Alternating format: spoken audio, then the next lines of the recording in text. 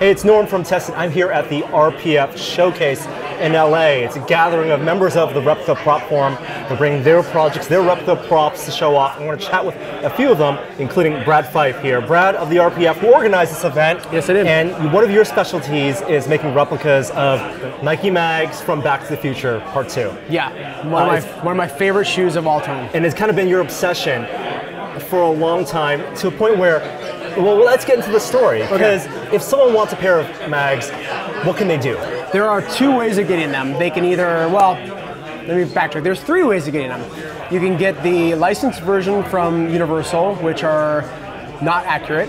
You can get the Chinese knockoffs, which are not accurate, or you can buy the Nike released versions for $5,000 to $7,000. Those are those auction ones for charity that they did a couple years ago, Correct, right? The Nike ones. And I know that people, if you look on that, Universal does have their own like party version, you know, for Halloween. But for a member of the RPF, that's not going to be good enough. It's not good enough. So we go halfway. You go for those China versions as a foundation to make a more accurate pair. Correct. Yeah, exactly. I mean, a lot of people when they started doing the replicas, they put them out, gosh, maybe 2013 or so, and they were pretty good.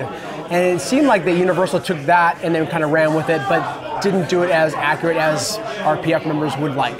So what do you got here? So this is how the Chinese knockoff or replica version would come. They did have the Nike swoosh, which the Universals don't, and even Nike branding, but that only goes so far because, you know, people could just put the swoosh on there, or they can make the Nike branding themselves, kind of like I did. The problem is these come with very faulty and cheap electronics. I mean, they light up, but the parts where they light up, you know, the LEDs here, which you can actually see some of that control board. Right. And also these lights, like that's not diffused properly. They're exactly. Like spots. Well, and the originals actually had EL sheets, which are electroluminescent sheets, even back in the 1980s, which is pretty rare.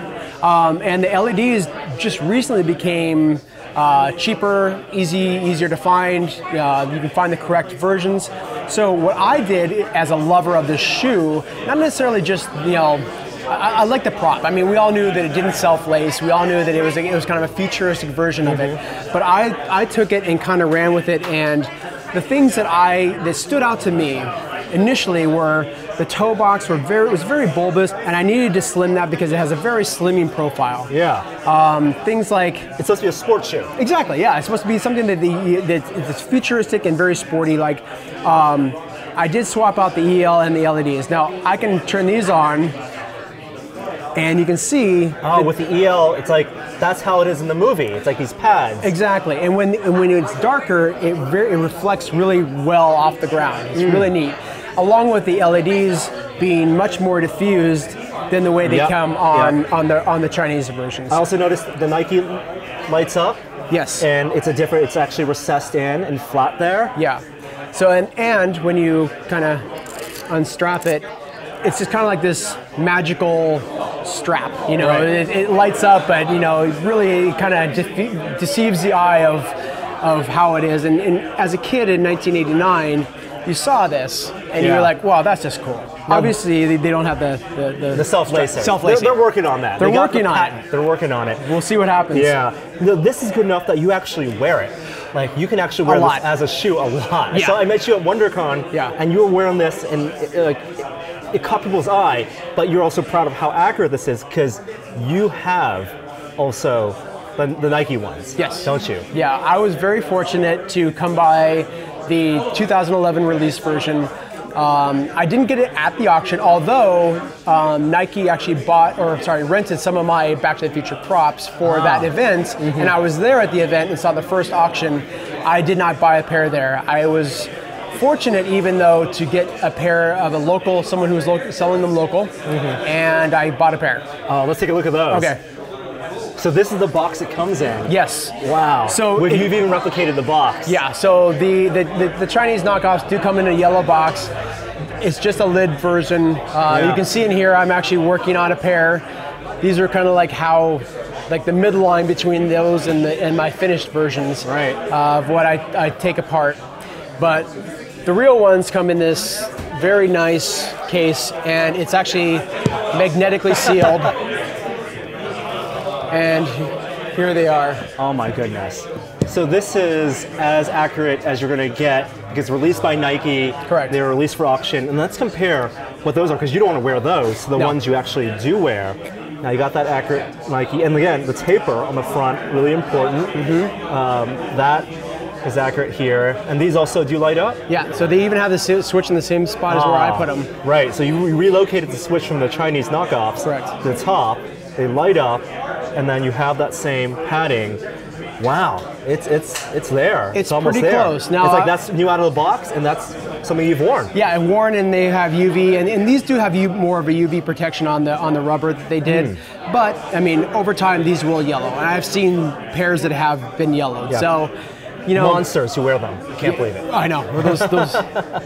But yeah, I mean, there are very different, minute differences of just the materials that they had available. These are a much more spongy version.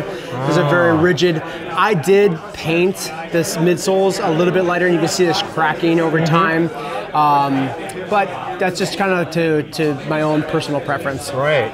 To get that splatter effect. Yeah. So, what's the next step? Because you told me these are a work in progress still. Yeah. So the next step would be to change out the rubber soles to a clearer UV stabilized sole. There are people on the RPF. There's a member, he goes by Cavix, C-A-V-X. He does a really good version, and so far he's replicated the best sole swap outs today. So sculpted those, and then he's molded and casted. Correct. That's the right rubber material. Exactly, and it's still a bit of a work in progress, but he's getting better and better every time he does it. Take a look at that. So yeah, so he has these, which compared to the Chinese knockoff versions, oh yeah, much better patterning. Much better. It's gonna be clear, and this is UV resistant. Correct. He's actually put these outside in the Australian sun for like 3 months, and they have not changed color. Wow. On the bottom.